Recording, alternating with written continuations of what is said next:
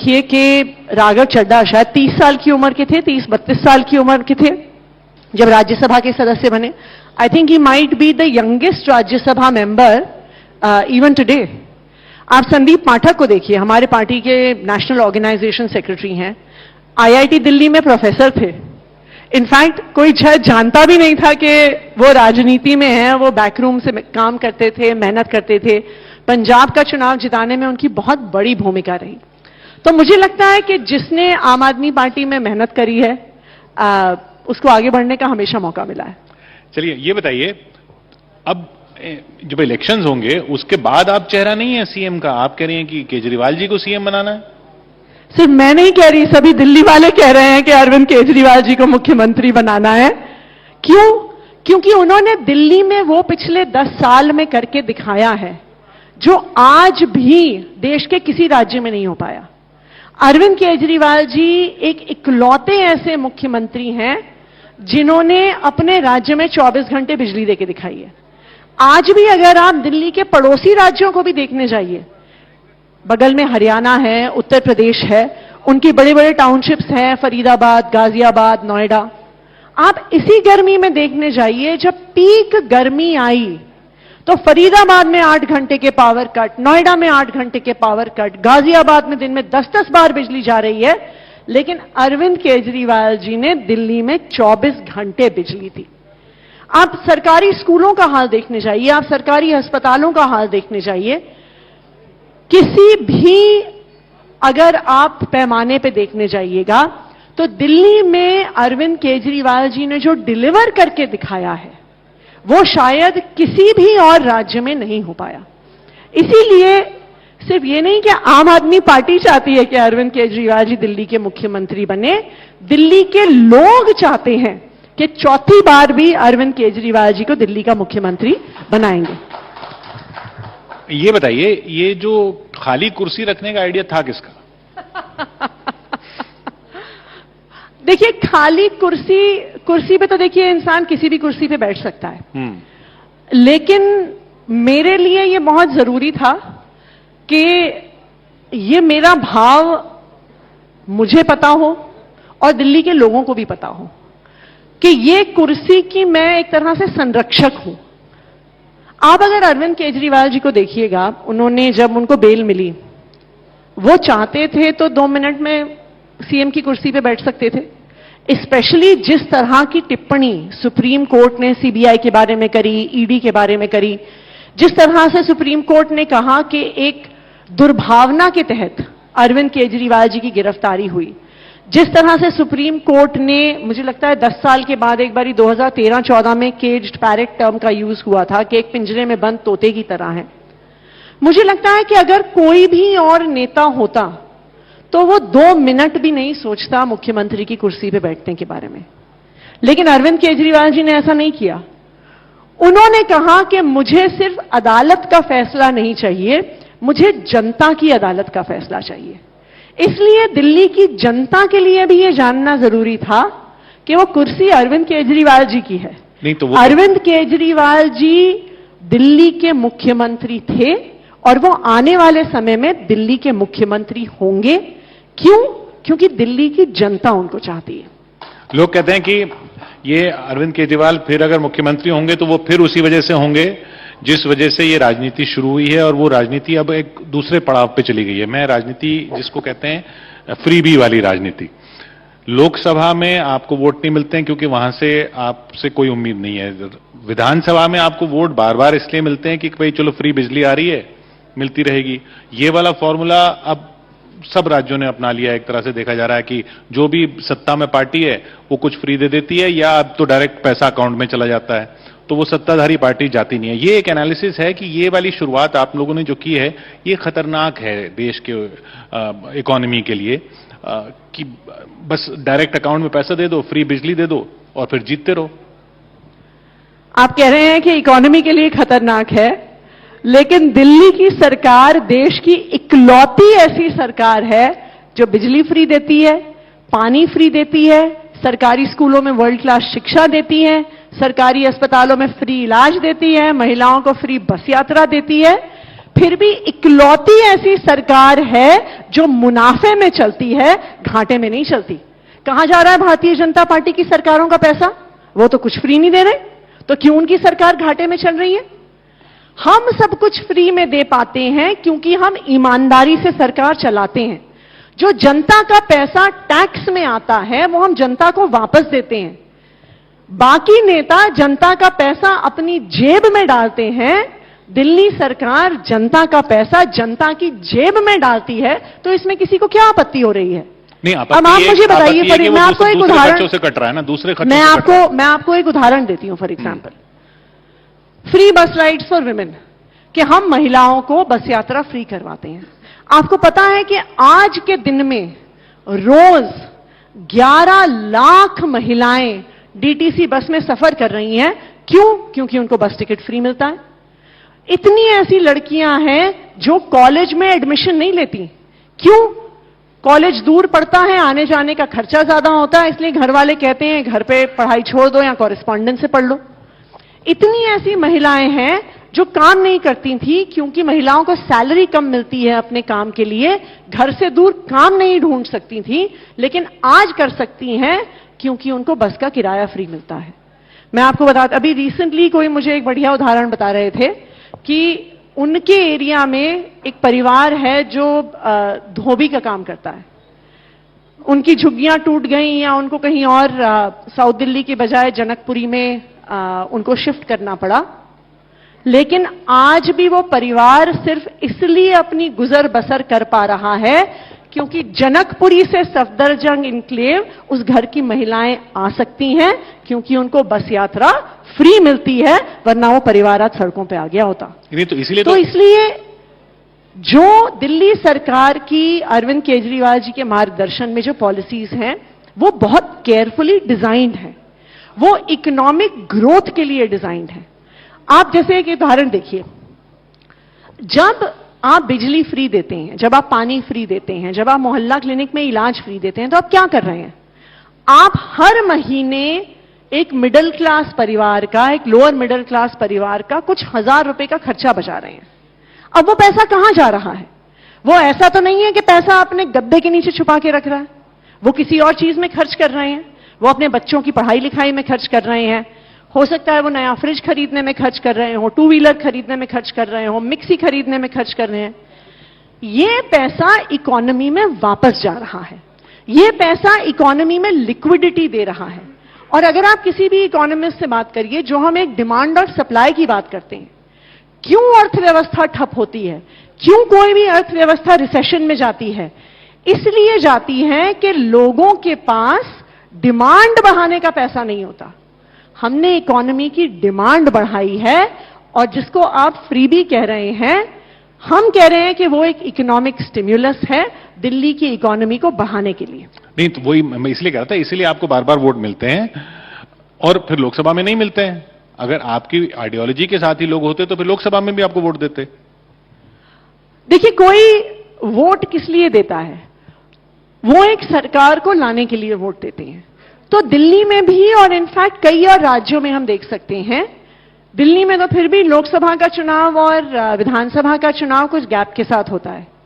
कई ऐसे राज्य हैं जहां पर एक ही दिन लोकसभा के चुनाव की वोटिंग होती है और विधानसभा के चुनाव की वोटिंग होती है, लेकिन लोकसभा के लिए उस राज्य के लोग एक पार्टी को चुन के भेजते हैं और विधानसभा में दूसरी पार्टी को चुन के भेजते हैं, क्योंकि लोगों की अपनी स्टेट गवर्नमेंट से एक एक्सपेक्टेशन है, नेशनल गवर्नमेंट से दूसरी एक्सपेक्टेशन। नहीं, तो फिर आपके गठबंधन को क्यों नहीं मिले वोट लोकसभा में? आपका क्या एनालिसिस है? देखिए, मेरा यह एनालिसिस है कि शायद लोगों को ये कॉन्फिडेंस नहीं था कि गठबंधन जीत सकता है। क्योंकि उनको वो कॉन्फिडेंस नहीं था, तो पब्लिक क्या कहें, एक विनिंग हॉर्स को बैक करना चाहती है। नहीं, तो फिर तो ऐसे तो कभी कोई विपक्ष नहीं जीत पाएगा। अक्सर कई बारी ऐसा होता है कि जो अनडिसाइडेड वोटर होता है, उसको अगर ये भरोसा नहीं बनता कि जिस पार्टी को मैं वोट देने जा रहा हूं, जिस पार्टी को मैं वोट देने जा रही हूं, वो जीतेगी कि नहीं जीतेगी, तो इसलिए वो अपनी चॉइस बदल लेता है। तो मुझे ऐसा लगता है कि शायद लोकसभा में लोगों को अभी ये कॉन्फिडेंस नहीं था, खासकर दिल्ली के लोगों को ये कॉन्फिडेंस नहीं था। लेकिन देश भर में जैसा लोकसभा का रिजल्ट आया, तो मुझे ऐसा तो लगता है कि अगली बार जब लोकसभा का चुनाव होगा तो दिल्ली का रिजल्ट बहुत अलग आएगा। उसमें राहुल गांधी का क्या रोल देखती हैं आप? राहुल गांधी की वजह से वोट ज्यादा पड़े, कम पड़े, रह गए? क्योंकि गठबंधन आपके साथ था और वो एक चेहरा है जो मोदी साहब के साथ सामने खड़े हैं। देखिए, मैं तो ये कहूंगी कि लोगों को इस अलायंस पे शायद कॉन्फिडेंस नहीं आया कि ये अलायंस जीत सकती है, और इसलिए लोगों ने उसमें राहुल गांधी का कोई रोल नहीं था। इसलिए लोगों ने, देखिए, किसी एक स्पेसिफिक नेता पे टिप्पणी करने की ऐसी नहीं, क्योंकि वही तो सबसे बड़े नेता थे कांग्रेस के। देखिए, मुझे लगता है कि अगर आपको भारतीय जनता पार्टी को हराना है तो एक स्ट्रांग फेस, प्रधानमंत्री का फेस विपक्ष को सामने रखना पड़ेगा। क्यों दिल्ली में आम आदमी पार्टी जीतती है? क्योंकि यहां पे अरविंद केजरीवाल का चेहरा है, और उनके पास नहीं है, इसलिए तो दिल्ली में बिल्कुल भारतीय जनता पार्टी के पास चेहरा नहीं है। उन्होंने कर दिया पेश, तो अच्छा चेहरा। हाँ जी, अगर कोई बड़ा चेहरा पेश कर दिया उन्होंने, तो करते कहां है, उनके पास है कहां कोई बड़ा चेहरा। और कोई ऐसा व्यक्ति भी होना चाहिए जिसका पब्लिक का कॉन्फिडेंस बने। कोई ऐसा व्यक्ति होना चाहिए जिसने डिलीवर करके दिखाया हो। कोई ऐसा व्यक्ति होना चाहिए जिसको देख के पब्लिक सोचे कि अगर ये मेरा मुख्यमंत्री बनेगा तो मेरी जिंदगी बेहतर होगी। तो मुझे नहीं आप लगता कि राहुल गांधी में वो बात नहीं थी। देखिए, ये तो पब्लिक ने भरोसा नहीं दिखाया। तो ये तो देखिए जनतंत्र है, जनता का जनादेश है। पब्लिक की क्या राय है, पब्लिक की क्यों राय है, वो किसी एक लीडर को क्यों सपोर्ट करते हैं, किसी लीडर को नहीं सपोर्ट करते हैं, ये अधिकार तो लोकतंत्र में लोगों के पास है ही। ये जो छवि की बात होती है, जो आपकी पार्टी की छवि पूरी एंटी करप्शन मूवमेंट से बनी है, और फिर अब करप्शन के ही चार्जेस लगाए और करप्शन के ही चार्जेस बार बार लगा रहे हैं। अरविंद जी ने उसके ऊपर बहुत जवाब भी दिया, लेकिन एक चार्ज जिसको लेकर जैसे कैलाश गहलोत जी थे, वो तो आपके साथ मंत्री थे, उसी घर में सीएम आवास में वो रोज जा रहे थे, उसके एक दिन बाद रिजाइन करके बीजेपी में, और उसी के सामने खड़े होकर वो प्रोटेस्ट कर रहे हैं, उसी घर के सामने। तो वो जो घर है जो रेनोवेट हुआ, उस रेनोवेशन ने आपकी छवि को नुकसान नहीं पहुंचाया? देखिए, आज आप दिल्ली के किसी भी गली, किसी मोहल्ले में चले जाइए और आप दिल्ली के लोगों से पूछिए कि क्या अरविंद केजरीवाल जी ईमानदार हैं। मैं इस सवाल का जवाब दूं, इससे बेहतर जवाब दिल्ली के लोग देंगे, क्योंकि दिल्ली के लोगों का अरविंद केजरीवाल जी पर जो भरोसा है। कल ही मेरे ही विधानसभा क्षेत्र में अरविंद केजरीवाल जी एक पदयात्रा पे आए हुए थे। मात्र 500 मीटर की दूरी होगी जितनी वो पदयात्रा थी, वो दूरी कवर करने में उनको 1.5 घंटे का समय लग गया। क्यों?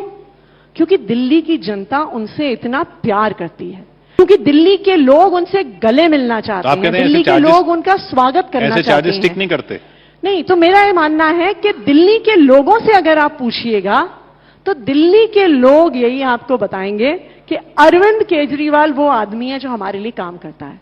देखिए, अगर अरविंद केजरीवाल बेईमान होते, कहते हैं जी घर के रेनोवेशन पे पैसा खर्च कर दिया, शराब घोटाले में पैसा बना लिया, तो जब 10 साल मुख्यमंत्री रहने के बाद उन्होंने मुख्यमंत्री आवास छोड़ा, आप मुझे देश का कोई एक चीफ मिनिस्टर बता दीजिए जिसके पास अपना घर नहीं था रहने के लिए, जिसको किराए का घर ढूंढना पड़ा, किसी और कॉलीग के घर में रह रहे हो। मुझे नहीं लगता देश में कोई ऐसा आपको मुख्यमंत्री मिलेगा। ये अरविंद केजरीवाल जी की ईमानदारी का प्रमाण है कि एक राज्य के 10 साल मुख्यमंत्री रहने के बाद भी उनके पास आज भी इतना पैसा नहीं है, और अभी उनका पर्सनल घर नहीं है उनके पास दिल्ली में। आज भी वो हमारे एक राज्यसभा सांसद के घर में रह रहे हैं, और उनको ये घर ऑफर होने से पहले वो किराए पे घर ढूंढ रहे थे। तो जो बातें मीडिया चैनल्स में चलती हैं, जो बातें पॉलिटिकल लोग करते हैं, और जो बात दिल्ली के आम लोग समझते हैं, उसमें बहुत अंतर है। नहीं, वो इसलिए आया था सवाल क्योंकि उस दौर में शीला दीक्षित के घरों के एसीज पे भी तो सवाल उठे थे ना, आप ही लोगों ने उठाए थे कि उनके घर में 10 एसी हैं, 30 एसी हैं, 25 एसी हैं। तो अब पॉलिटिकली बीजेपी ने भी सवाल उठाया कि साहब आपके यहाँ 1 करोड़ के पर्दे लगे हैं, इतनी करोड़ों की टॉयलेट सीट्स, अब तो आप वहां रह रही हैं, वहां 1 करोड़ के पर्दे हैं। देखिए, मैं तो बीजेपी वालों को ये कहूंगी कि वो ये बता दें कि उनका कौन सा ऐसा राज्य है जो अरविंद केजरीवाल की तरह फ्री बिजली देता है, 24 घंटे बिजली देता है। मैं भारतीय जनता पार्टी से ये पूछूंगी कि उनका कौन सा ऐसा राज्य है जिसके सरकारी स्कूल अरविंद केजरीवाल जी के स्कूलों को टक्कर दे सकते हैं। मैं तो भारतीय जनता पार्टी से पूछूंगी कि वो अपना एक राज्य बता दें जहां का हेल्थ सिस्टम दिल्ली के हेल्थ सिस्टम को टक्कर दे सकता है। एक राज्य बता दें। इनफैक्ट गुजरात में तो 27 साल से भारतीय जनता पार्टी की सरकार है, लेकिन जब लोकसभा चुनाव से पहले प्रधानमंत्री नरेंद्र मोदी जी को वहां पे एक सरकारी स्कूल में प्रोग्राम करना था, एक सरकारी स्कूल नहीं मिला उनको। टेंट में एक फर्जी स्कूल बनाया गया जहां पे 4 बच्चों को बैठाया गया कि प्रधानमंत्री जी वहां पे जा सके। क्यों 27 साल के बाद उनके पास गुजरात में कोई ऐसा स्कूल नहीं है? क्यों मध्य प्रदेश में आप रोज ऐसी खबरें पढ़ते हैं कि कोई आदमी अपनी पत्नी को 25 किलोमीटर अपनी पीठ पे लेके जा रहा है अस्पताल दिखाने के लिए? आप दिल्ली से बाहर 5 किलोमीटर दूर उत्तर प्रदेश गाजियाबाद में चले जाइए, आज भी टाट पट्टी पे पड़ते हैं वहां के बच्चे। आप दिल्ली सरकार के किसी अस्पताल में चले जाइए, 70% पेशेंट भारतीय जनता पार्टी शासित राज्यों से आते हैं, क्योंकि वहां पे हेल्थ सिस्टम बिल्कुल ही कोलैप्स कर गया है।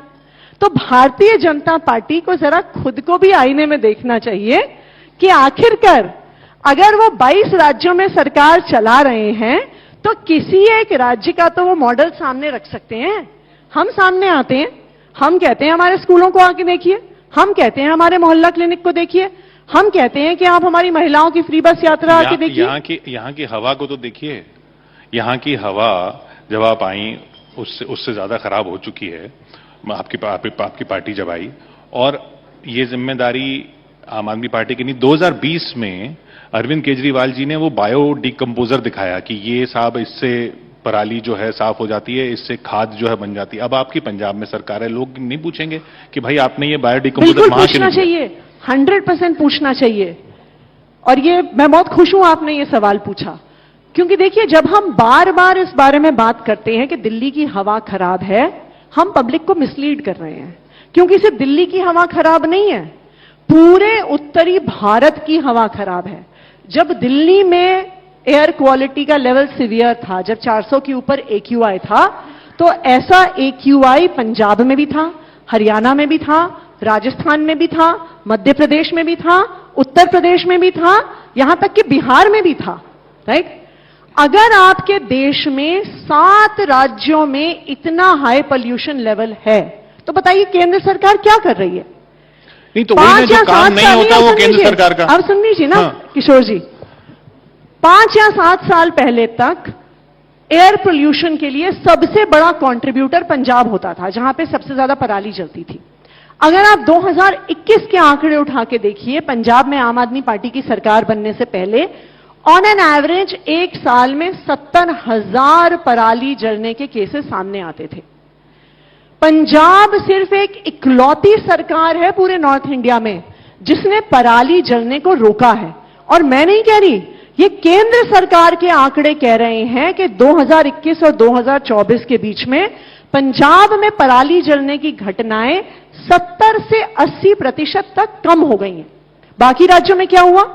हरियाणा में पराली बढ़ रही है, हरियाणा में बहुत कम हुई है। हरियाणा में जो डेटा आया, जो यूपी में पेश किया गया, वो कम हुई। यूपी में देख लीजिए, यूपी में 4 गुना हो गई, राजस्थान में बढ़ गई। और इस साल के अगर आप आंकड़े देखिए, सबसे ज्यादा अगर पराली किसी एक राज्य में जली है वो मध्य प्रदेश में जली है, जहां पे भारतीय जनता पार्टी की सरकार है। वो हवा इधर नहीं आती ना। तो अगर मध्य प्रदेश में पराली जल रही है, राजस्थान में पराली जल रही है, पंजाब में पराली जल रही है, हरियाणा में पराली जल रही है, उत्तर प्रदेश में पराली जल रही है, तो क्या आम आदमी पार्टी इन सारे राज्यों के लिए जिम्मेदार है? इसकी जिम्मेदारी, अगर कोई नेशनल इमरजेंसी है, अगर कोई नेशनल क्राइसिस है, तो इसकी जिम्मेदारी नेशनल गवर्नमेंट की होती है। क्या कोविड के समय केंद्र सरकार ने कहा कि दिल्ली अपना लॉकडाउन लगाए, पंजाब अपना लॉकडाउन लगाएगा, हरियाणा अपना लॉकडाउन अलग लगाएगा, उत्तर प्रदेश अपना लॉकडाउन अलग लगाएगा? नहीं कहा, क्योंकि एक नेशनल मेडिकल इमरजेंसी थी। तो क्यों प्रदूषण की घटनाओं पे केंद्र सरकार के मुंह में दही जमी हुई है? क्यों प्रधानमंत्री देश के बाहर थे? क्यों वो ब्राजील में घूम रहे थे जब 7 राज्यों के लोगों का दम घुट रहा था, वो सांस नहीं ले पा रहे थे? प्रधानमंत्री जी ने एक शब्द नहीं बोला, प्रधानमंत्री जी देश में वापस भी नहीं आए।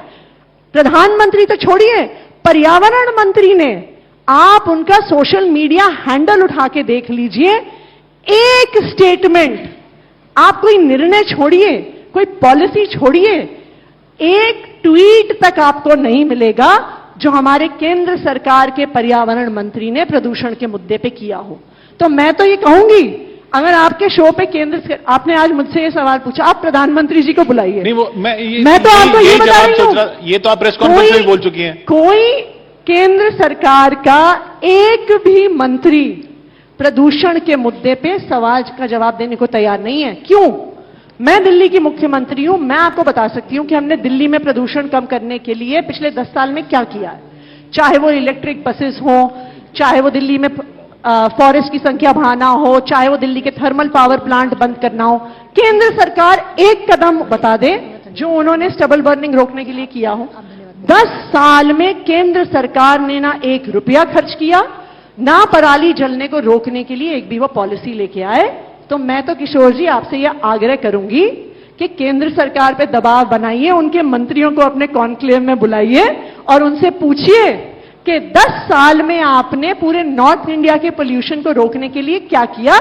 मैं दावे के साथ कह सकती हूं उनके पास एक भी जवाब नहीं होगा। ये सवाल चुनावों तक जाएगा अब, क्योंकि वक्त हमारा यहां पर खत्म होता हुआ कि जब भी आपसे पूछा जाए कि ये काम क्यों नहीं होता, वो केंद्र सरकार के मत्थे चले जाते हैं। नहीं, देखिए, नहीं किशोर जी, ये बात ये आप गलत कर रहे हैं। चुनाव जो दिल्ली की समस्या है वो दिल्ली की मुख्यमंत्री रिजॉल्व करेंगी, जो पूरे देश की समस्या है वो देश के प्रधानमंत्री रिजॉल्व करेंगे।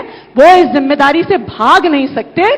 देश छोड़ के ब्राजील भाग जाने से एक नेशनल इमरजेंसी, एक नेशनल मेडिकल क्राइसिस दूर नहीं होगा। उनको इस पे कदम उठाने ही होंगे। चलिए, अब तो खैर चुनाव है, आपने कहा कि ये दिल्ली की जनता को फैसला करना है और दिल्ली की जनता किस आधार पर फैसला करती है वो भी देखेंगे। बहुत बहुत शुक्रिया हमारे साथ जुड़ने के लिए। दिल्ली के मुख्यमंत्री